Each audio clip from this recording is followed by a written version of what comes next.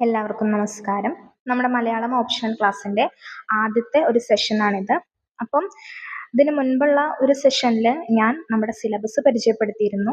അപ്പം ആദ്യം തന്നെ പറയാനുള്ളത്, നമ്മളിപ്പോൾ നമ്മുടെ ഓപ്ഷണൽ പഠിത്തം ആരംഭിക്കാൻ വേണ്ടി പോവുകയാണ്. അപ്പം നമുക്ക് 2 പേപ്പറാണുള്ളത്. ആദ്യത്തെ പേപ്പറിൽ ഭാഷാപരമായിട്ടുള്ള സവിശേഷതകൾ, ഭാഷയുടെ ഉൽപ്പത്തി, പിന്നെ നമ്മുടെ ഭാഷയും മറ്റു ഭാഷകളുമായിട്ടുള്ള ബന്ധം എന്തൊക്കെയാണ്, അതുപോലെ കുറച്ച് ക്ലാസിക് ആയിട്ടുള്ള കാര്യങ്ങളാണ് നമുക്ക് പേപ്പർ 1 പഠിക്കാനുള്ളത്. പേപ്പർ 2 വരുന്ന സമയത്ത് ഒരു നിശ്ചിത ബുക്കുകൾ, ഒരു നമ്പർ ഓഫ് ബുക്സ് അല്ലെങ്കിൽ കുറച്ച് കൃതികൾ നമുക്ക് പരിചയപ്പെടേണ്ടതായിട്ടുണ്ട്. അപ്പം ആദ്യം തന്നെ എനിക്ക് നിങ്ങളോട് പറയാനുള്ളത്, ഞാൻ നിങ്ങൾക്ക് വായിക്കാൻ വേണ്ടി അയച്ചു തരുന്ന മെറ്റീരിയൽസ് ഒരു മടിയും കൂടാതെ എല്ലാവരും വായിക്കണം. കാരണം എന്താന്ന് വെച്ചാൽ, അത് വായിച്ചാൽ മാത്രമേ ഞാൻ ക്ലാസ് എടുക്കുന്ന സമയത്ത് നിങ്ങൾക്ക് ഞാൻ പറയുന്ന കാര്യങ്ങൾ അതാത് ആ ഒരു ഉദ്ദേശത്തോടു കൂടി നിങ്ങൾക്ക് മനസ്സിലാക്കി എടുക്കാൻ വേണ്ടി സാധിക്കുള്ളൂ. അപ്പം ഞാൻ അയച്ചു തരുന്ന മെറ്റീരിയൽസ് യാതൊരു മടിയും കൂടാതെ നല്ല രീതിയിൽ വായിച്ചു പോകേണ്ടത് നിങ്ങളുടെ റെസ്പോൺസിബിലിറ്റിയാണ്. അത് ഞാൻ ആദ്യം തന്നെ ഓർമ്മിപ്പിക്കുകയാണ്. അപ്പം ഇന്നത്തെ ക്ലാസ്സിൽ ഞാൻ ഡിസ്കസ് ചെയ്യാൻ വേണ്ടി പോകുന്നത് ONV കുറുപ്പിന്റെ ഭൂമിക്കൊരു ചരമഗീതം എന്ന് പറഞ്ഞിട്ടുള്ള കവിതയാണ്. ഭൂമിക്കൊരു ചരമഗീതം ഞാൻ ഓൾറെഡി നിങ്ങൾക്ക് വായിക്കാൻ വേണ്ടിയിട്ട് മെറ്റീരിയൽ അയച്ചു തന്നിരുന്നു. എല്ലാവരും വായിച്ചു കാണുമെന്ന് വിശ്വസിക്കുന്നു. അപ്പം ഞാൻ പറയട്ടെ, നിങ്ങളത് മുന്നേ വായിച്ചിരുന്നു കഴിഞ്ഞാൽ നിങ്ങൾക്ക് തന്നെ മനസ്സിലാവും ഇപ്പം ഞാൻ ക്ലാസ് എടുക്കുന്ന സമയത്ത് എത്രത്തോളം അത് സിൻസിയറായി ചെയ്തവർക്ക് അത് മനസ്സിലാക്കാൻ പറ്റും. ഓക്കെ, അപ്പം നമ്മൾ കവിത പറയുന്നതിന് മുൻപ് നമ്മൾ കവി ഒന്ന് പരിചയപ്പെടുകയാണ്. അപ്പം ONV കുറുപ്പിനെ എല്ലാവരും കേട്ടിട്ടുള്ള, മലയാളത്തിലെ തന്നെ അതിപ്രശസ്തനായിട്ടുള്ള ഒരു കവിയാണ്. ജ്ഞാനപീഠ ജേതാവാണ്. അപ്പോൾ അദ്ദേഹത്തിന്റെ ജനനം, അങ്ങനെ കുറച്ച് കാര്യങ്ങളാണ് ഞാനിവിടെ ഉൾപ്പെടുത്തിയിട്ടുള്ളത്. ചെറിയൊരു ബ്രീഫ് ബയോഗ്രഫിയാണ് ഞാൻ ക്രിയേറ്റ് ചെയ്തിട്ടുള്ളത്. നിങ്ങൾക്ക് അദ്ദേഹത്തെ കുറിച്ച് കൂടുതൽ വായിച്ചറിയണമെന്നുള്ള ഒരു ത്വര ഉണ്ടെന്നുണ്ടെങ്കിൽ നിങ്ങൾ തീർച്ചയായിട്ടും എക്സ്ട്രാ നോളജ് സീക്ക് ചെയ്യാൻ വേണ്ടി ശ്രമിക്കുക. ഇഷ്ടംപോലെ മെറ്റീരിയൽസും സോഴ്സസിലും അദ്ദേഹത്തെ കുറിച്ചുള്ള ഇൻഫർമേഷൻസ് അവൈലബിൾ ആണ്. സോ വിത്തൗട്ട് മച്ച് ഡിലേ നമുക്ക് ക്ലാസ് സ്റ്റാർട്ട് ചെയ്യാം. അപ്പം ONV കുറുപ്പ് ജ്ഞാനപീഠ ജേതാവ് ഞാൻ ഹൈലൈറ്റ് ചെയ്ത് കൊടുത്തിട്ടുണ്ട്. ഇനി അദ്ദേഹം ജനിച്ചത് 1931 മെയ് 27 ചവറ എന്ന് പറഞ്ഞിട്ടുള്ള സ്ഥലത്താണ് അദ്ദേഹം ജനിച്ചത്. തിരുവിതാംകൂർ, അതായത് ബ്രിട്ടീഷ് ഭരണകാലത്ത് തിരുവിതാംകൂർ ആ സമയത്താണല്ലോ അദ്ദേഹം ജനിച്ചത്. കൊല്ലം ജില്ലയിലാണ് ഈ സ്ഥലം വരുന്നത്. പിന്നെ അദ്ദേഹത്തിന്റെ മാതാപിതാക്കളെ പറ്റി പറയുകയാണെങ്കിൽ ON കൃഷ്ണക്കുറുപ്പും K ലക്ഷ്മിക്കുട്ടിയമ്മയായിരുന്നു മാതാപിതാക്കള്. പിന്നെ അദ്ദേഹത്തിന്റെ പൂർണ്ണനാമം എന്ന് പറയുന്നത് ഒറ്റപ്ലാക്കൽ നീലകണ്ഠൻ വേലുക്കുറുപ്പ് എന്നായിരുന്നു. മനസ്സിലാക്കി വെക്കാം.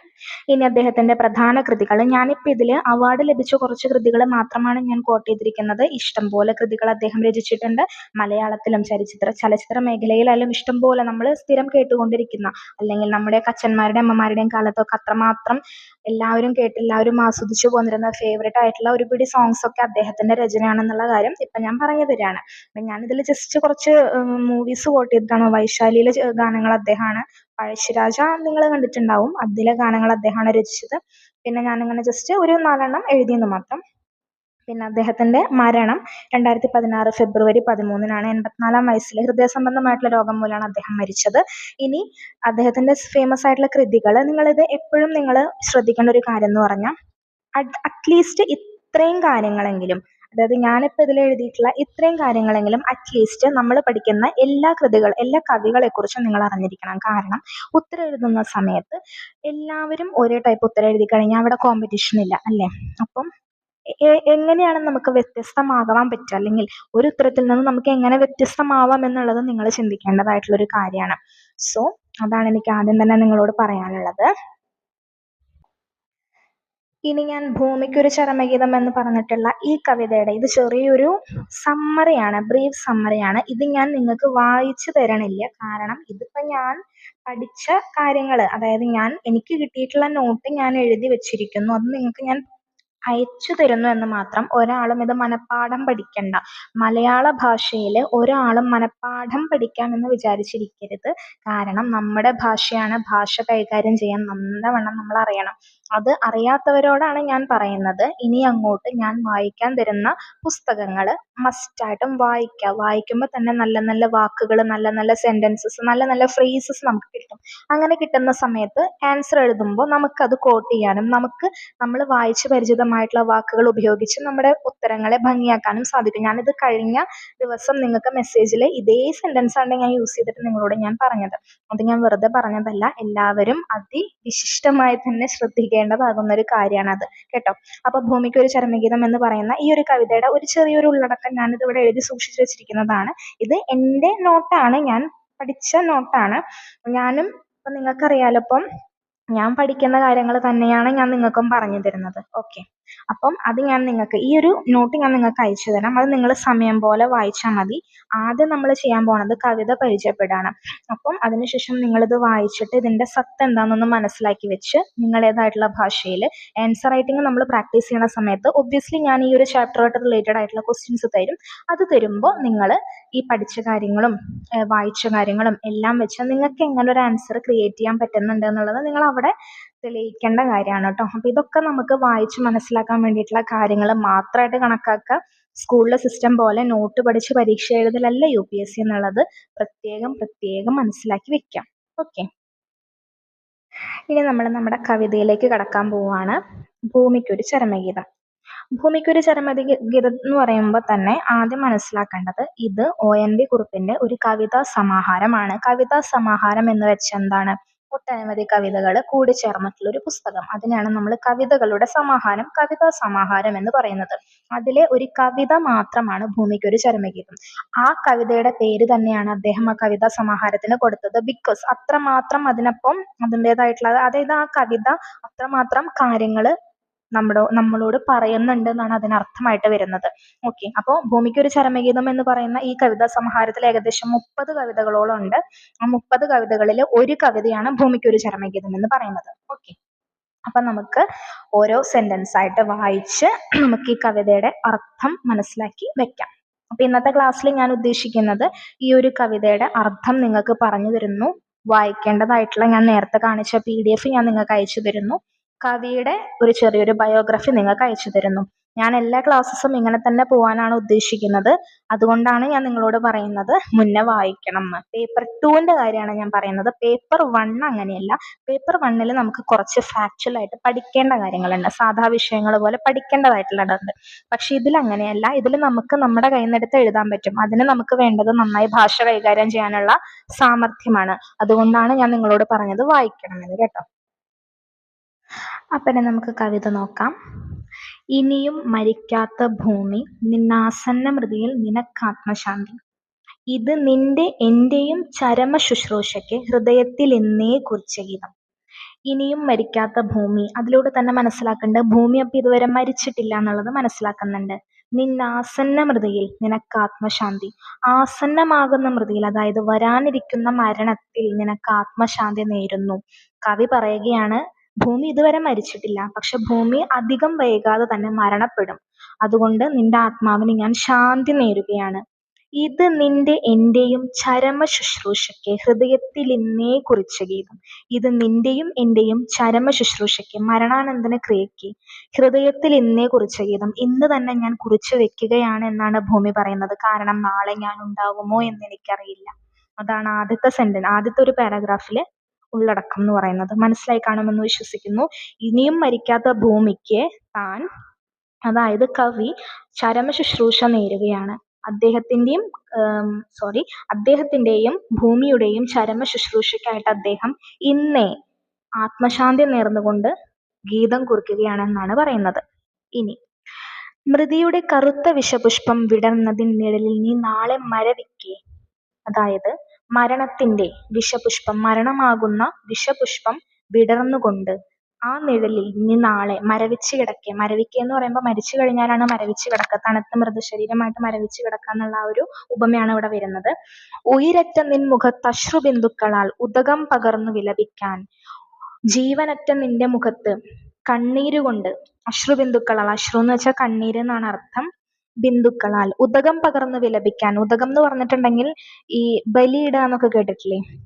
ക്രിയ ചെയ്യുക, മരണത്തിന് ശേഷം ബലി ഇടാൻ, ബലിയിട്ട് വിലപിക്കാൻ, കരയാൻ. ഇവിടെ അവശേഷിക്കയില്ല ഈ ആരും, ഇവിടെ അവശേഷിക്കില്ല ഈ ആരും, നീ ഞാനും. എന്ന് വെച്ചാൽ ഇവിടെ ആരും അവശേഷിക്കില്ല, ഈ ഞാനടക്കം അവശേഷിക്കില്ല എന്നാണ് പറയുന്നത്. ഇത് നിനക്കായി ഞാൻ കുറിച്ചിടുന്നു, ഇനിയും മരിക്കാത്ത ഭൂമി, നിന്നാസന്ന മൃതിയിൽ നിനക്ക് ആത്മശാന്തി.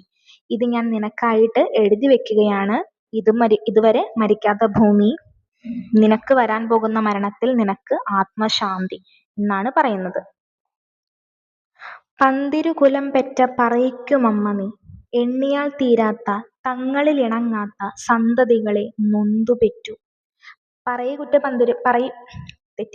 പറയിപ്പെറ്റ പന്തിരുകുലം എന്ന് പറയുന്നത് വളരെ ഫേമസ് ആയിട്ട് എല്ലാവർക്കും അറിയുന്ന ഒരു കാര്യമാണ് അല്ലെ. അവരെയും പ്രസവിച്ചത് അല്ലെങ്കിൽ അവർക്കും ജന്മം നൽകിയ അമ്മ ഈ ഭൂമി തന്നെയാണെന്നാണ് പറയുന്നത്. എണ്ണിയാൽ തീരാത്ത, തങ്ങളിൽ ഇണങ്ങാത്ത, അതായത് എണ്ണിയാലും തീരാത്ത അത്രയും മക്കളുണ്ട് ഭൂമിക്ക് അല്ലെ. അതുപോലെ തന്നെ തങ്ങളിൽ ഇണങ്ങാത്ത, പരസ്പരം ഇണങ്ങാത്ത, പരസ്പരം സ്നേഹമോ കരുണയോ ഒരു വികാരമോ ഇല്ലാത്ത സന്തതികളെ നൊന്തുപെറ്റു, മക്കളെ നൊന്തു പ്രസവിച്ചു. ഒന്ന് മറ്റൊന്നിനെ കൊന്നു തിന്നുന്നത് കണ്ണാലെ കണ്ടിട്ടും ഒരുവരും കാണാതെ. ഒരാള് മറ്റൊരാളെ കൊന്നു തിന്നുന്നത് കണ്ണാലെ കണ്ടിട്ടും ആരും കാണാതെ കണ്ണീരൊഴുക്കി നീ നിന്നു, കണ്ണീരൊഴുക്കിക്കൊണ്ട് നീ നിന്നു. പിന്നെ നിന്നെ തന്നെ അല്പാൽപമായി തിന്നു, പിന്നെ നിന്നെ തന്നെ തിന്നുകൊണ്ടിരിക്കുകയാണ് ഇപ്പോ. തിന്നവർ തിമിർക്കവേ ഏതും വിലക്കാതെ നിന്നു നീ സർവം സഹയായി. അവര് നിന്നെ തന്നെ തിന്നുകൊണ്ട് തിമിർത്ത് നടക്കവേ ഒന്നും വിലക്കാതെ, ഒന്നിനോടും വേണ്ട എതിർപ്പ് പ്രകടിപ്പിക്കാതെ നീ സർവം സഹിച്ചുകൊണ്ട് അവിടെ തന്നെ നിന്നു എന്നാണ് ഭൂമിയെ പറ്റി കവി പറയുന്നത്. അത്രയും സഹിക്കാൻ, അത്രയും ദുഷ്ടരായ മക്കളെ പ്രസവിച്ചിട്ടും മക്കൾ യാതൊരു വിധത്തിലുള്ള സ്നേഹമോ കരുണയോ അമ്മയോട് കാണിക്കാതെയും അമ്മയെ തങ്ങളാൽ കഴിയുന്ന അത്രയും വിധം ഉപദ്രവിച്ചിട്ടും അമ്മ ഒന്നും പ്രകടിപ്പിക്കാതെയും ഒന്നും തിരിച്ചു പറയാതെയും അമ്മ നിൽക്കുകയാണ് സർവം സഹിച്ചുകൊണ്ട് എന്നാണ് കവി പറയുന്നത്. ഇവിടെ നിങ്ങളൊരു കാര്യം മനസ്സിലാക്കണം, എത്ര ഭംഗിയായിട്ടാണ് കവി ഉപമിച്ചിരിക്കുന്നതെന്ന് മനസ്സിലാക്കണം. കണ്ടോ, പ്രപഞ്ചത്തിന് അല്ലെങ്കിൽ ഭൂമിയെ നമ്മുടെ അമ്മയുമായിട്ടാണ് ഉപമിച്ചിരിക്കുന്നത്. അമ്മയെ കൊന്നു തിന്നുക, ഭൂമിയെ നമുക്ക് ഒരിക്കലും മീറ്റ് ചെയ്യാൻ പറ്റില്ല, അത് നിങ്ങൾക്ക് അറിയാവുന്ന കാര്യമാണ്. പക്ഷേ സ്വന്തം അമ്മമാരെ വരെ കൊന്നു തിന്നുന്ന പോലെയാണ്, ഭൂമിയെ അത്രമാത്രം ചൂഷണം ചെയ്യുകയാണ് എന്നുള്ളൊരു മീനിങ് ആണ് ഇതിലൂടെ പ്രകടമാകുന്നത് കേട്ടോ. ഹരിതമൃദു കഞ്ചുകം തെല്ലൊന്നു നീക്കി നീ അരുളിയ മുലപ്പാൽ കുടിച്ചു തെഴുത്തവർ.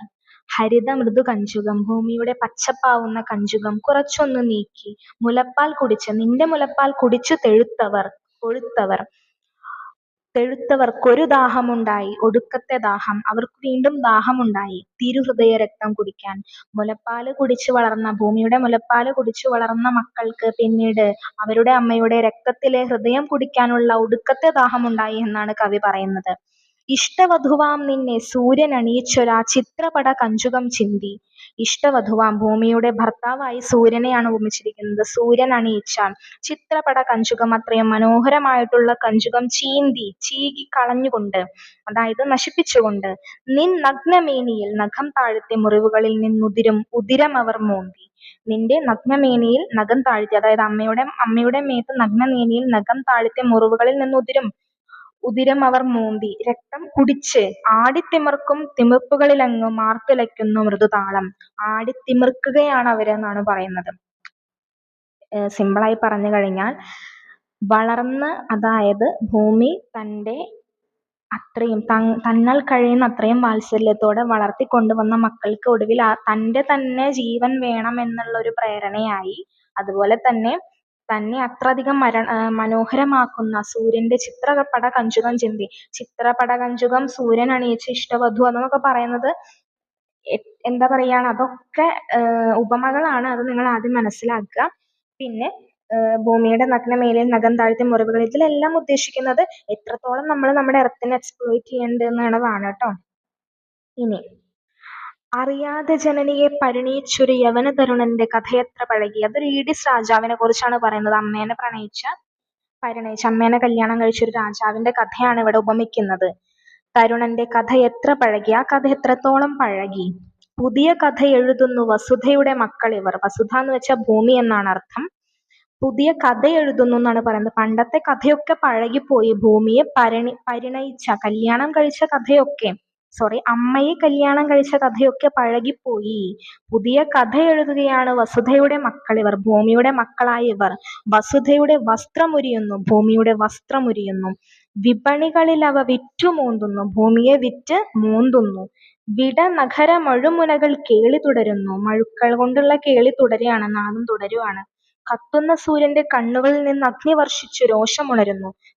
ജ്വലിച്ചുകൊണ്ടിരിക്കുന്ന സൂര്യന്റെ കണ്ണുകളിൽ നിന്ന് ക്രോധാഗ്നി വർഷിച്ചു രോഷമുണരുന്നു. ആടിമുകിൽമാല കുടിനീര് തിരയുന്നു. അത് നമുക്ക് അടുത്തതിൽ നോക്കാം. ഇതുവരെയുള്ളത് നോക്കാം. ഇതിൽ പറയുന്നത് എന്താന്ന് വെച്ചാൽ, ഒരു ഈഡിസ് രാജാവ് തന്റെ അമ്മയെ പരിണയിച്ച കഥ വെച്ചിട്ടാണ് പറയുന്നത്. ആ കഥ എത്രത്തോളം പഴകിപ്പോയി. പക്ഷെ ഇന്നത്തെ കാലത്ത് മക്കള് അമ്മയുടെ, വസുധയുടെ മക്കളായ ഇവര് വസ്ത്രമുരിയുന്നു, അമ്മയെ വിറ്റ് കാശാക്കുന്നു എന്നൊക്കെയാണ് പറയുന്നത്. അതായത് ഭൂമിയിൽ ഇപ്പം നമുക്ക് തന്നെ അറിയാം, നാച്ചുറൽ റിസോഴ്സസ് എന്തൊക്കെയാണ്. മരങ്ങൾ വെട്ടി നശിപ്പിക്കല്, അതുപോലെ തന്നെ കുന്നുകൾ ഇടിച്ചു നിരത്തല്, വയലുകൾ നികത്തല്, ചെടികൾ എന്തൊക്കെ നട്ടുപിടിപ്പിച്ചിട്ടുണ്ടോ അതൊക്കെ വെട്ടിക്കളയല്, ഡെവലപ്മെന്റ്സ് എന്ന് പറഞ്ഞിട്ട് എർത്തിനെ എക്സ്പ്ലോയിറ്റ് ചെയ്യുന്നത്, മൈനിങ്, ക്വാറിങ്, അങ്ങനെ ഒരുപാട് എക്സ്പ്ലോയിറ്റേറ്റീവ് പ്രോസസ് ഒക്കെ നമ്മുടെ എർത്തിൽ ഇന്ന് നടക്കുന്നുണ്ടല്ലേ. അപ്പൊ അതിന് ഓരോന്നിനും ഉപമിച്ചിട്ടാണ് ഇതിൽ ഓരോ വരികളും കവി എഴുതിയിരിക്കുന്നത്. ഭൂമിയുടെ ഭംഗി, ഭൂമിയുടെ സൗന്ദര്യം, ഭൂമിയുടെ കയ്യിലുള്ള സ്രോതസ്സുകൾ, ഭൂമിയുടെ ശ്രേയസ്, ഇതെല്ലാം ഭൂമിയുടെ മക്കളായ മനുഷ്യർ തന്നെയാണ് ചൂഷണം ചെയ്ത് ഭൂമിയെ ഇല്ലാതാക്കുന്നത് എന്നുള്ള ആ ഒറ്റ മെസ്സേജാണ് കവി ഇതിലൂടെ പറയാൻ വേണ്ടി ഉദ്ദേശിക്കുന്നത്. ആടിമുകിൽമാല കുടിനീര് തിരയുന്നു, ആതിരകൾ കുളിരു തിരയുന്നു, ആവണികൾ ഒരു കുഞ്ഞു പൂവ് തിരയുന്നു, ആറുകൾ ഒഴുക്ക് തിരയുന്നു. അപ്പം ആടിമുകിൽമാല കുടിനീര് തിരയുന്നു, കുടിക്കാനുള്ള നീര് തിരയാണെന്നാണ് പറയുന്നത്. ആതിരകൾ കുളിര് തിരയുന്നു, ആതിരകൾ കുളിരിനെ തിരയുന്നു. ആവണികൾ ഒരു കുഞ്ഞു പൂവ് തിരയുന്നു, ആറുകൾ ഒഴുക്ക് തിരയുന്നു. സർഗലയ താളങ്ങൾ തെറ്റുന്നു, ജീവരഥ ചക്രങ്ങൾ ചാലിലുറയുന്നു. എല്ലാം നിയന്ത്രണ വിധേയമായി പോവുകയാണ്. വേണ്ടതൊന്നും ലഭിക്കുന്നില്ല, ആവശ്യമുള്ള കാര്യങ്ങളൊന്നും തന്നെ ലഭിക്കുന്നില്ല. എല്ലാവരും അവരുടെ കാര്യങ്ങൾ, അവർക്ക് വേണ്ട കാര്യങ്ങൾ തിരഞ്ഞു നടക്കുകയാണ്. അതുപോലെ തന്നെ സർഗലയ താളങ്ങൾ തെറ്റുന്നു, ജീവരഥ ചക്രങ്ങൾ ചാലിലുറയുന്നു. താളം തെറ്റുന്നു, ജീവചക്രങ്ങൾ ചാലിലുറയുന്നു. എല്ലാം താളം തെറ്റുന്നൊരവസ്ഥ, ഒന്നിനും ഒരു നിലനിൽപ്പില്ലാത്തൊരവസ്ഥ. ബോധമാം നിറനിലാവൊരു തുള്ളിയെങ്കിലും ചേതനയിൽ ശേഷിക്കുവോളം നിന്നിൽ നിന്നുയർന്നൊരെന്നിൽ നിന്നോർമ്മകൾ മാത്രം. എൻ്റെ ബോധത്തിൻ്റെ അവസാന കണികയെങ്കിലും എൻ്റെ മനസ്സിൽ ശേഷിക്കുന്ന സമയത്തോളം എൻ്റെ ഉള്ളിൽ നിന്നിൽ നിന്നുയർന്ന ഓർമ്മകൾ മാത്രമേ ഉണ്ടാവൂ എന്നാണ് കവി ഭൂമിയോട് പറയുന്നത്. നീ എൻ്റെ രസനയിൽ വയമ്പും നറുതേനുമായി വന്നൊരാദ്യാനുഭൂതി, നീ എൻ്റെ തിരികെടും നേരത്ത് തീർത്ഥഗണമായി അലിയും അന്ത്യാനുഭൂതി. നമ്മൾ ജനിക്കുന്ന സമയത്ത് ചെറിയ മക്കൾക്ക്, അതായത് 28-ൻ്റെ സമയത്ത് നമ്മൾ വയമ്പും തേനും ഒക്കെ കൊടുക്കുന്ന ആ ഒരു സമ്പ്രദായം ഉണ്ടല്ലേ. അപ്പം അതുപോലെ തന്നെ രസനയിൽ ആദ്യമായി തന്നിട്ടുള്ള മധുരമേറുന്ന അനുഭൂതിയാണ്. അതുപോലെ തന്നെ എൻ്റെ തിരികെടും നേരത്ത്, എൻ്റെ അവസാന നിമിഷത്ത് എൻ്റെ വായിൽ തീർത്ഥമായി അലിയുന്ന ഒരു അന്ത്യാനുഭൂതിയും ഉണ്ടെന്നാണ് പറയുന്നത്. മരിക്കാൻ കിടക്കുന്ന സമയത്ത് വെള്ളം തൊട്ട് കൊടുക്കുക എന്നൊക്കെ കേട്ടിട്ടുണ്ടാവും. അപ്പോൾ ആ ഒരു ഉപമയാണ് ഇവിടെ ചേർത്ത് വെക്കുന്നത് കേട്ടോ. നിന്നിൽ കുരുക്കുന്ന കറുകയുടെ നെറുകയിലെ മഞ്ഞുനീർ തുള്ളിയിൽ പോലും ഒരു കുഞ്ഞു സൂര്യനെ കണ്ടു ദിശതിൻ കരളിലൊരു വിസ്മയ വിഭാതം. അതായത് രാവിലെ നമ്മൾ ഈ പുൽത്തകിടിലൊക്കെ നോക്കുന്ന സമയത്ത് മഞ്ഞൊക്കെ വീണിട്ട് ഇങ്ങനെ ഡയമണ്ട് പോലെ, അതായത് സൂര്യപ്രകാശം അതിലേക്ക് വന്ന് തട്ടുന്ന സമയത്ത് ഒരു കുഞ്ഞ് രത്നം തിളങ്ങുന്നത് പോലെയുള്ളൊരു തെളിച്ചം നമുക്ക് കാണാൻ വേണ്ടി സാധിക്കും. അങ്ങനെ കണ്ടുണർന്ന എൻ്റെ പ്രഭാതം, വിഭാതം എന്ന് വെച്ചാൽ ഇങ്ങനെ എഴുതി വെച്ചിട്ടുണ്ട്. പ്രഭാതം സാൻസ്ക്രിറ്റ് വേർഡാണ്. എങ്ങനെ കണ്ടുദിച്ചതായിരുന്നു എൻ്റെ പ്രഭാതങ്ങൾ. നിന്റെ തരുനിരകളുടെ തണലുകളിൽ മേഞ്ഞുപോയെന്നും എൻ കാമമാം ധേനു. നിന്റെ പുൽത്തകിടുകളുടെ തണലുകളിലാണ് എൻ്റെ കാമധേനുക്കളെ, എൻ്റെ പശുക്കളെ ഞാൻ മേച്ചുകൊണ്ട് നടന്നിരുന്നത്. നിന്റെ കടലിൻ മീതെ ഏതോ പ്രവാചകർ വന്നപ്പോൾ കാറ്റുകൾ നടന്നു. നിന്റെ കടലിൻ്റെ മീതെ, അതായത് പ്രവാചകന്മാർ വന്ന പോലെയാണ് കാറ്റുകൾ നടക്കുന്നത് എന്നാണ് പറയുന്നത്. പ്രപഞ്ചത്തിലുള്ള ഓരോരോ കാര്യങ്ങളും, കാറ്റ്, മഴ, പുഴ, വെള്ളം, അതുപോലെ തന്നെ പുൽത്തകിട്, മലനിരകൾ, എല്ലാത്തിനെയും കവി മനുഷ്യരുടെ പ്രവർത്തികളെ, അല്ലെങ്കിൽ അതിനെ എല്ലാത്തിനും മാനുഷിക ഭാവം കൊടുത്തുകൊണ്ട് അത്രത്തോളം ഭൂമി എന്ന് പറയുന്ന ആ ഒരു അമ്മയ്ക്ക് വേദന നമ്മൾ മക്കൾ സൃഷ്ടിക്കുന്നുണ്ട് എന്നാണ് കവി പറയുന്നത്. 1000 ഉണ്ണിക്കനികൾക്ക് തൊട്ടിലും താരാട്ടുമായി നീ ഉണർന്നിരിക്കുന്നതും, 1000 ഉണ്ണിക്കനികൾക്ക്, അതായത് കുഞ്ഞുങ്ങൾക്ക്, അതിപ്പോൾ മനുഷ്യർ മാത്രമല്ല ഭൂമിക്ക് ഇഷ്ടം പോലെ മക്കളുണ്ട്. ആ മക്കളെ എല്ലാം അമ്മ മക്കൾക്കെല്ലാം വേണ്ടി തൊട്ടിലുണർത്തുന്നതൊക്കെയാണ് പറയുന്നത്. 1000 കാവുകളിൽ ഊഞ്ഞാലിടുന്നതും ആലിലെ തുമ്പത്തിരുന്ന് തുള്ളുന്നതും 1000 കാവുകളിൽ ഊഞ്ഞാലിടുന്നതും ആലിലെ തുമ്പത്തിരുന്ന് തുള്ളുന്നതും 5 പൂക്കളായി കൈയാട്ടി നിൽപ്പതും അമ്പലപ്രാവായി നീ കുറുകുന്നതും എല്ലാം ഭൂമിയെ ഉപമിക്കുന്നതാണ്. 1000 പുഴകളുടെ ഓളങ്ങളായി എൻ്റെ ആത്മഹർഷങ്ങൾക്ക് താളം പിടിപ്പതും പൂവാകയായി പൂത്തിലഞ്ഞിയായി കൊന്നയായി പുത്തനാം വർണ്ണക്കുടകൾ മാറുന്നതും ഓരോ കാലഘട്ടം കഴിയുമ്പോഴും, അതായത് ഓരോ കാലം സീസൺസ് ആവുന്ന സമയത്തും ഭൂമിയിൽ എത്ര മാറ്റങ്ങളാണല്ലേ വരുന്നത്. അപ്പോൾ ഭൂമിയുടെ മനോഹാരിത എത്രത്തോളം വർണ്ണിക്കാൻ പറ്റുന്നുണ്ടോ അത്രത്തോളം വർണ്ണിച്ചിട്ടുണ്ട്. അതുപോലെ ഭൂമിയെ എങ്ങനെ മക്കൾ ചൂഷണം ചെയ്യുന്നുണ്ടോ, എത്രത്തോളം മനുഷ്യർ ചൂഷണം ചെയ്യുന്നുണ്ടോ അത്രത്തോളം വേദനാജനകമായിട്ടാണ് കവി ഓരോ വരികളും എഴുതിയിരിക്കുന്നത്. കൂമൻ്റെ മൂളലായി പേടിപ്പെടുത്തി നീ കുയിലിൻ്റെ കൂകലാൽ പേടി തീർക്കുന്നതും, അതായത് കൂമൻ്റെ മൂളലായിട്ട് പേടിപ്പെടുത്തുന്നുണ്ട്. അതുപോലെ തന്നെ കുയിലിൻ്റെ പാട്ട് കേട്ടിട്ട് നമ്മൾ സന്തോഷിക്കുന്നുണ്ട്. അന്തരംഗങ്ങളിൽ കളമെഴുതുവാൻ 100 വർണ്ണങ്ങൾ ചെപ്പിലൊതുക്കി വെക്കുന്നതും സായന്തനങ്ങളെ സ്വർണ്ണമാക്കുന്നതും സന്ധ്യയെ എടുത്ത് നീ കാട്ടിൽ മറയുന്നതും, അതായത് അത്രമാത്രം ഭൂമിനെ ഉപമിക്കുകയാണ്. അതായത് സായന്തനങ്ങളിൽ സന്ധ്യാസമയത്ത് മേഘം സ്വർണ്ണമാകുന്നുണ്ട് അല്ലേ, സൂര്യൻ അസ്തമിക്കുന്ന സമയത്ത് മേഘം സ്വർണ്ണമാവുന്നുണ്ട്. ആ സന്ധ്യയെടുത്ത്, ആ സ്വർണ്ണമയമാകുന്ന സന്ധ്യയെടുത്ത് നീ കാട്ടിൽ മറയുകയാണ് എന്നാണ് പറയുന്നത്. സൂര്യാസ്തമയത്തെ എന്ത് ഭംഗിയായിട്ടാണ് കവി വർണ്ണിച്ചിരിക്കുന്നതെന്ന് നോക്കൂ. പിന്നൊരുഷസ്സിനെ തോളിലേറ്റുന്നതും രാവിലെ പ്രഭാതത്തെ കൊണ്ടുവരുന്നതും എന്നെയും ഉണർത്തുവായി എന്നമൃതൊട്ടുവാൻ കദളീവന ഹൃദയ നീഢത്തിലൊരു കിളിമുട്ട അടവെച്ചു കവിതയായി നീ വിരിയിപ്പതും, അതായത് മക്കളെ ഉണർത്താൻ വേണ്ടിയിട്ട് രാവിലെ കവിത പോലെ, അതായത് കിളികളുടെ പാട്ടും അങ്ങനെയുള്ള ആ ഒരു ഇതൊക്കെയാണ് പറയുന്നത്. ജലകണിക പോലവേ തരണമെൻ വാഴ്വിനൊരു നളിനതലമായി നീ താങ്ങായി നിൽപ്പതും, അതായത് എൻ്റെ ജീവിതത്തിന് ഒരു നാളം പോലെ താങ്ങായി നിൽക്കുന്ന നളിനതലമായി, അത്രയും മൃദുലമായൊരു ദലമായി താങ്ങായി നിൽക്കുന്നതും അറിയുന്നു ഞാൻ എന്നിൽ നിറയുന്നു നീ എൻ്റെ അമൃതമേ നിൻ സ്മൃതികൾ മാത്രം. ഞാൻ അറിയുന്നു, അതായത് ഭൂമി എന്ന എൻ്റെ അമ്മ എന്നെ എത്രത്തോളം സ്നേഹിക്കുന്നു, എനിക്ക് വേണ്ടി എന്തെല്ലാം ചെയ്യുന്നു, എത്രയോളം എന്നെ കരുതുന്നു എന്നൊക്കെ ഞാൻ മനസ്സിലാക്കുന്നു. നിൻ്റെ സ്മൃതികൾ എന്നിൽ വന്ന് നിറയുന്നു, നിൻ്റെ ഓർമ്മകൾ, നീ ചെയ്ത ഓരോരോ കാര്യങ്ങളും ഓർമ്മയായി എൻ്റെ മനസ്സിൽ വന്ന് നിറയുന്നു എന്നാണ് പറയുന്നത്. ചിറകുകളിൽ സംഗീതമുള്ള കളഹംസമേ, ചിറകുകളിൽ പോലും സംഗീതമുള്ള കളഹംസമേ, അരിയ നിൻ ചിറകിൻ്റെ ഒരു തൂവലിൽ തുമ്പിലൊരു മാത്രയെങ്കിലും മാത്രയൻ വാഴ്വെന്ന മധുരമാം സത്യം ജ്വലിപ്പൂ. നിൻ്റെ ചിറകിൻ്റെ ഒരു തുമ്പത്തെങ്കിലും എൻ്റെ ജീവിതം, എൻ്റെ ജീവൻ എന്ന സത്യം ജ്വലിപ്പൂ. അതായത് അമ്മയുടെ ആ ഒരു കനിവ്, അല്ലെങ്കിൽ അമ്മയുടെ ചിറകിൻ്റെ ഒരറ്റത്തുള്ള ആ ഒരു ഇതാണ് എൻ്റെ ജീവിതം എന്നൊക്കെയാണ് പറയുന്നത്. അതും കെട്ടുപോകട്ടെ. നീയാകും അമൃതവും മൃതിയുടെ ബലിക്കാക്ക കുത്തി, നിന്നെയോ ബലിക്കാക്ക കുത്തി, നീയോ അവസാനിക്കാൻ വേണ്ടി പോവുകയാണ്. മുണ്ടിത ശിരസ്കയായി ഭ്രഷ്ടയായി നീ സൗരമണ്ഡല പെരുവഴിയിലൂടെ, അതായത് ശിരസ് മുണ്ഡനം ചെയ്ത് ഭ്രഷ്ടയായി, അതായത് എല്ലാവരും ഒഴിവാക്കപ്പെട്ട് നീ സൗരമണ്ഡല പെരുവഴിയിലൂടെ മാനഭംഗത്തിൻ്റെ മാറാപ്പുമായി, അതായത് മാനഭംഗത്തിൻ്റെ മാറാപ്പ് എല്ലാം ഞാൻ പറയുന്ന റെപ്പിറ്റേഷൻ തന്നെയാണ്. ഭൂമിയെ അത്രമാത്രം പീഡിപ്പിക്കുന്നുണ്ട് മനുഷ്യർ, അതാണ് പറയുന്നത്. സന്താന പാപത്തിൻ്റെ വിഴുപ്പുമായി, മക്കൾ ചെയ്ത പാപത്തിൻ്റെ വിഴുപ്പുമായിട്ട് പാതിയുമൊഴിഞ്ഞൊരു മനസ്സിൽ അതിതീവ്രമാം വേദനകൾ തൻ ജ്വാല മാത്രമായി, എല്ലാം ഒഴിഞ്ഞ മനസ്സിൽ വേദനകളുടെ ജാലം മാത്രമായിട്ട് പോകും ഈ പോക്കിൽ ശിരസ്സുകളിലൂടെ അരിച്ചേറുകയില്ലേ കരാള മൃത്യു. അതായത് ഈ പോകുന്ന പോക്കിൽ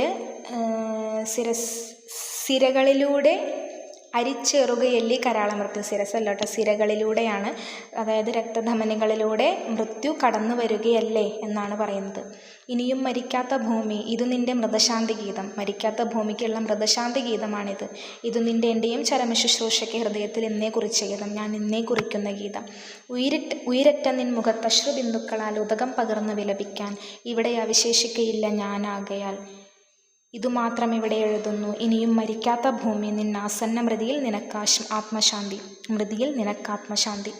അപ്പോൾ ഇത്രയും വായിച്ചപ്പോൾ നിങ്ങൾക്ക് എന്ത് മനസ്സിലായി? അതായത് ഭൂമി ഇതുവരെ മരിച്ചിട്ടില്ല എന്നുള്ള സത്യം മനസ്സിലാക്കി. ഭൂമിയെ അവരുടെ മക്കളായ മനുഷ്യർ എത്രത്തോളം ചൂഷണം ചെയ്യുന്നുണ്ട് എന്നുള്ളത് മനസ്സിലാക്കി. ഒരു സ്ത്രീയായി ഭൂമിയെ കരുതുക. ഒരു സ്ത്രീയായ ഭൂമിയെ കരുതിയിട്ട് സ്നേഹമില്ലാത്ത മക്കൾ ആ ഒരു അമ്മയെ എത്ര നിഷ്ഠൂരമായി പീഡിപ്പിക്കുന്നു, എത്രത്തോളം മനസ്സിനെ വിഷമിപ്പിക്കുന്നു, ശാരീരികമായി വിഷമിപ്പിക്കുന്നു. ഇന്നത്തെ കാലത്ത് അമ്മമാരെ ചെയ്യുന്നതൊക്കെ നിങ്ങൾ കാണുന്നുണ്ടല്ലേ. അതുപോലെ തന്നെയാണ് ഭൂമിയും ചെയ്യുന്നത് എന്നാണ് കവി പറയുന്നത്. അപ്പോൾ ഇതുവരെയും പ്രകൃതി മരിച്ചിട്ടില്ല, പക്ഷെ മരിക്കാൻ പോവുകയാണ്. പക്ഷെ അത് കാണാൻ ഞാൻ ഉണ്ടാവില്ല. അതിനു മുന്നേ ഞാൻ നിനക്ക് ആത്മശാന്തി നേരുകയാണെന്ന് പറഞ്ഞിട്ട് കവി എഴുതിയിട്ടുള്ള കവിതയാണ്. വരാൻ പോകുന്ന കാലഘട്ടത്തിൽ നമ്മുടെ പ്രകൃതി എന്തായി തീരുമെന്ന് മുൻകണ്ടുകൊണ്ട് കവി എഴുതിയൊരു കവിതയായിട്ടാണ് നമുക്കിതിനെ കാണാൻ വേണ്ടി സാധിക്കുക. കാരണം ഇപ്പോൾ ചൂഷണം ചെയ്ത് ഭൂമി അതിൻ്റെ ആ ഒരു ലെവലിലേക്ക് എത്തിപ്പോവുകയാണ്. എന്ന് നശിക്കുമെന്നറിയാത്തൊരവസ്ഥയിലൂടെയാണ് ഭൂമി കടന്നു പോകുന്നത്. അപ്പോൾ അത് മനസ്സിലാക്കിക്കൊണ്ട് എന്തായാലും ഭൂമിക്ക് സംഭവിക്കാൻ പോകുന്നത് ഇതാണ്. കാരണം ഇന്നത്തെ കാലത്ത് അത്രമാത്രമാണ് ഭൂമിയുടെ മക്കൾ, മനുഷ്യരായ നമ്മൾ ഓരോരുത്തരും ഭൂമിയെ ചൂഷണം ചെയ്യുന്നതെന്ന് കവി മനസ്സിലാക്കിയിരിക്കുന്നു. അപ്പോൾ നമ്മളെല്ലാവരും വായിച്ചറിയാനും എത്രത്തോളം നമ്മൾ നമ്മുടെ അമ്മേനെ വിഷമിപ്പിക്കുന്നുണ്ടെന്നും മനസ്സിലാക്കാൻ വേണ്ടിയിട്ടുള്ളൊരു വിളിച്ചോതലാണ് ഈ കവിത എന്ന് പറയട്ടെ. അപ്പോൾ എല്ലാവർക്കും കവിത മനസ്സിലായി കാണുമെന്ന് വിശ്വസിക്കുന്നു. നിങ്ങളിതിൻ്റെ അർത്ഥം മനസ്സിലാക്കി വയ്ക്കുക. കവിത ഒരു 5-6 വട്ടം വായിക്കുക. ഇത്രയൊക്കെ ഇതിലുള്ളൂ. ഇതിൻ്റെ അർത്ഥം മനസ്സിലാക്കി വെച്ചാൽ മതി. നമുക്ക് ഒരിക്കലും ഡയറക്റ്റ് ക്വസ്റ്റ്യൻസ് അല്ല വരിക. നമുക്കിതിൻ്റെ സമകാലിക പ്രസക്തിയൊക്കെ ചോദിച്ചിട്ടായിരിക്കും അത് എഴുതണമെങ്കിൽ നമുക്ക് ഈ കവിത ഇന്നത്തെ കാലഘട്ടമായിട്ട് കണക്ട് ചെയ്യാൻ വേണ്ടി പറ്റണം. അപ്പം നിങ്ങൾ എന്ത് ചെയ്യണം? പ്രകൃതിയെ നശിപ്പിക്കുന്ന എന്തെങ്കിലും ആർട്ടിക്കിൾസോ ലേഖനങ്ങളോ എന്തെങ്കിലുമൊക്കെ കാണുകയാണെങ്കിൽ മറക്കാതെ വായിക്കുക. ഇതുമായിട്ട് റിലേറ്റ് ആവുന്ന സാധനങ്ങൾ ഈ ഒരു ഹെഡിങ്ങിൽ എന്തായാലും നിങ്ങൾ ഇതിൻ്റെ കാര്യങ്ങൾ എഴുതി വയ്ക്കുമല്ലോ. ഈ ചാപ്റ്ററും കവിയുടെ എല്ലാ ചാപ്റ്ററിനും നോട്ട്സ് ഞാൻ ഓൾറെഡി സെറ്റാക്കാൻ പറഞ്ഞിട്ടുണ്ടായിരുന്നു. ഞാനപ്പം അയച്ചു തരുന്നത് എഴുതിയെടുക്കുന്നത് പോലെ തന്നെ നിങ്ങൾ നിങ്ങളുടേതായിട്ടുള്ള കളക്ഷൻസ് നിങ്ങൾ അതിൽ ആഡ് ചെയ്ത് നിങ്ങളുടേതായിട്ട് നല്ല വെൽ ഡിഫൈൻഡ് ആയിട്ടുള്ളൊരു കണ്ടൻറ്റ് ക്രിയേറ്റ് ചെയ്ത് പോവുക കേട്ടോ. അപ്പോൾ അത്രേ പറയാനേ ഉള്ളൂ. അപ്പോൾ ഇന്നത്തെ ക്ലാസ് ഇത്രയേ ഉള്ളൂ. നമുക്ക് അടുത്ത ക്ലാസ്സിൽ ഞാൻ പറയുന്നതിന് മുൻപ് ഞാൻ തരുന്ന മെറ്റീരിയൽ വായിച്ച് കഴിഞ്ഞിട്ട് ഞാൻ ക്ലാസ് എടുക്കുക. കാരണം ഞാൻ വെറുതെ വന്ന് ക്ലാസ് എടുത്തിട്ട് കാര്യമില്ല. നിങ്ങൾ അതിന് മുൻപ് ഞാൻ പറയുന്ന വർക്ക് ചെയ്തിരിക്കണം. എന്നിട്ട് ഞാൻ ക്ലാസ് എടുക്കുമ്പോഴാണ് ക്ലാസ്സിന് എഫക്റ്റിവിറ്റി കൂടുള്ളൂ. അപ്പോൾ അത്രയേ ഉള്ളൂ. എല്ലാവർക്കും നന്ദി, നമസ്കാരം. മറക്കാതെ കാര്യങ്ങൾ ചെയ്യാം കേട്ടോ.